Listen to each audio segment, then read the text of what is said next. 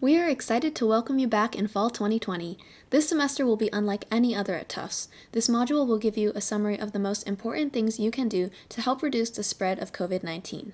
The module also highlights the most important things you need to know about how life on campus will be different this semester.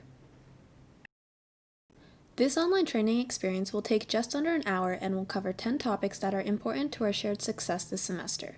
First, let's begin with a summary of the overall status of Tufts. Tufts has created a 4-tiered continuum of residential campus operations. Green is the Tufts we are used to, where we go about our lives without unusual health precautions. All classes are in person, large gatherings occur regularly, and residential life and dining operate at full capacity.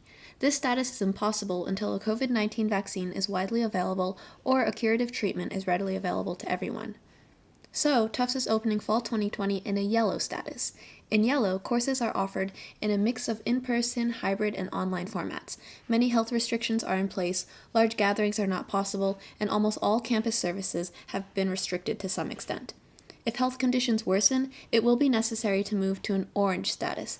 In orange status, all courses will be virtual, all students will be required to quarantine in their residences, and there will be even more significant restrictions on campus life.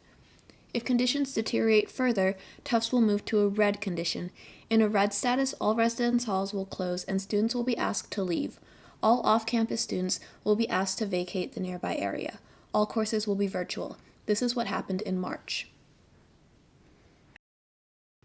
What determines when Tufts moves between these statuses? There are multiple status indicators that the university uses, and the first one includes the testing process. So this indicator tracks how many people are taking their COVID tests on schedule and how quickly the test results are being received. The disease transmission indicator tracks how many people have COVID and the real-time reproduction rate, known as the RT. The RT indicates the average number of secondary cases per infectious case in a population made up of both susceptible and non-susceptible hosts at time t, assuming implementation of control measures such as social distancing, hand hygiene, wearing of masks, etc. The number of people in quarantine and isolation, the rate at which people need to be quarantined or isolated, the degree of compliance with quarantine and isolation protocols, and the cooperation with contact tracing. Next, we have the degree of compliance with the key health requirements, including wearing masks, practicing physical distancing, and avoiding social gatherings. The RT in the Commonwealth, Somerville, and Medford, we have a reciprocal relationship with our host communities where the virus dynamics in the larger community impact us and what happens on campus impacts them. Massachusetts public health guidelines and executive orders apply to the university and to all students, and Tufts will follow all state public health directives. Many of these indicators rely on how closely each of us follows the health guidelines described in this module and in the Fall 2020 Campus Guide for undergraduate students, so please do your part to reduce the spread of the virus. How can you know how Tufts is doing on these indicators? Well, information about the tests performed, including the number of positive tests, will be updated daily and made publicly available at coronavirus.tufts.edu so that everyone can follow it throughout the semester. Of course, Tufts is part of our communities in Medford, Somerville, and Boston. The prevailing health conditions in these communities impact us, and our decision to return in person impacts them. Everyone living locally this semester has a responsibility to our neighbors, as well as to our fellow students, faculty, and staff, to do everything that we can do to protect their health and be good community members and contributors to our society. The Commonwealth of Massachusetts and our local cities each have their own guidelines, and we encourage you to familiarize yourself with them and fully observe them. Please be mindful that our communities have worked hard for months and endured painful shutdowns to slow the spread of the virus.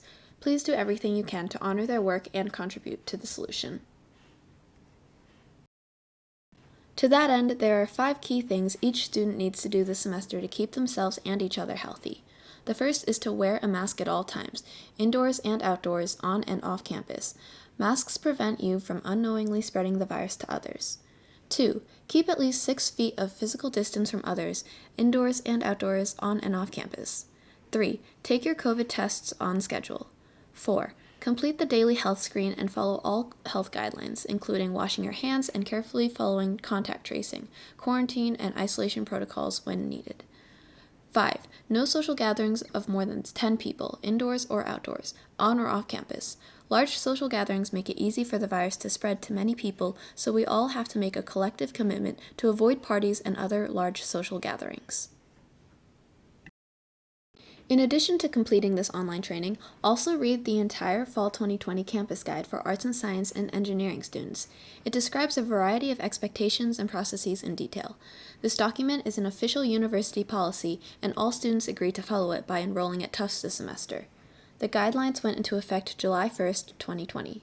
If you have any questions, contact Health Services or the Dean of Student Affairs office.